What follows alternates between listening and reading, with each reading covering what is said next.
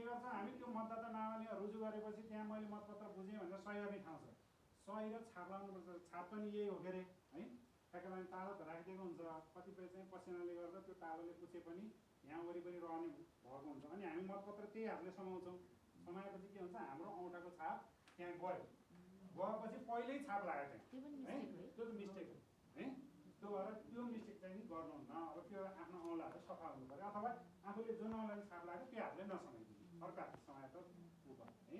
त्यो भएर अर्को के हुन्छ त्यसपछि भित्र गएपछि अघि मैले भने जस्तो लत पतिनी, अब डबल हुने, ठाउँमा नपर्ने, त्यो पनि सिकाउँला हामी, ठाउँमा नपर्ने, अनि मन दुईतिर जाने होइन। अहिले एउटा पेपरमा एउटा मात्रै हान भने हान त, फेरि खानिएको सम्झेर सातवटै हान्ने हो भने सातवटै हानिदिने होइन, त्यो कुराहरू हुनसक्छ कि। अब यो गरिसकेपछि यो स्वस्तिक छाप लगाइसकेपछि अनि पट्याउने, म पट्याउने कुरा गर्दिनँ। पट्याउँदाखेरि त्यो अलि बाक्लो हान्यो भने सुक्न टाइम लाग्छ एउटा कुरो। अनि अर्को कुरा यदि त्यो सुकेन भने हामीले झ्याक्कै यसरी च्याप्पै पठाइदियौँ भने यहाँ त के हुन्छ, हामीले मानम छाप यसमा लगाएको छौँ भने यो हुँदा के भयो अर्कोमा पनि छाप गयो। लगाएको त हामीले एउटामा हो, पट्टिँदाखेरि के भयो दुईटामा गयो, दुईटा अथवा तिनवटा हुनुपर्छ जान सक्छ। त्यही भएर पट्याउँदा नि एकदम भन त्यो धेरै मेहनत पनि गर्नु पर्दैन। पहिला चिन्ह जहाँ छैन त्यसलाई अलिकति सानो बनाएर पठाइहालिदिने है।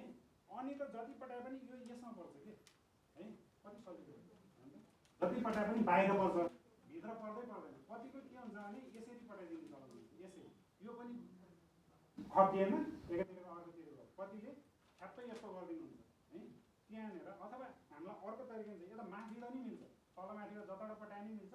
तर के हुनु पऱ्यो भने उहाँ चिन्हमा छाप लगाएकोमा पुग्दाखेरि यो बाहिरतिर आउनु पऱ्यो कि अहिले यो बाहिर छ, यो पनि बाहिर छ, यो पनि बाहिर छ, जति जति पठाए पनि बाहिर छ नि त। बाहिर परेकोले बिग्रिन्न, भित्र पऱ्यो भने बिग्रिन्छ है। त्यो भएर पठाउने, पठाएर मतपेटिकामा खसाल्ने। अब हाम्रो मतदान त्यहीँ नजिकै मतपेटिका हुन्छ, अनि खसाल्यो अनि त्यसपछि फेरि के हुन्छ अर्को हुन्छ है। यो त भयो प्रत्यक्षको। अब त्यो खसालिसकेपछि बल्ल तपाईँहरूलाई अर्को दिन्छ, यो दिन्छ है। यो दिएपछि नि प्रक्रिया त्यही हो, फेरि गोप्य कोठामा गइन्छ, मतदान गरिन्छ, पठाइन्छ, फेरि अर्को बक्समा हालिन्छ। त्यहाँ हिँड्ने त्यसरी नै मिलाएको हुन्छ, कतिपय झुकिनुहुन्छ त्यही पुरानै ठाउँमा खसाल्ने कि भनेर फेरि दौडिँदै त्यता आउनुहुन्छ। हुन त त्यहाँ स्वयंसेवक प्रहरीहरू सबै बसेको हुन्छ, रोक्न त रोक्छन्, रोक्दा रोक्दै नि अब खसिहाल्यो भने त बदर भयो, कालोको रातोमा रातोको कालोमा खसे पनि बदर भयो है। बिहे त भनिया छ है। त्यो भएर सदुपयोग चाहिँ गर्नुपर्ने हुन्छ है। अब ध्यान दिनुपर्ने कुराहरू अझै आउँदैछ है। अब एक चिन्हमा मात्रै छाप लाउने। मैले अघि नै भने अहिले यो समानुपातिक तर्फ पनि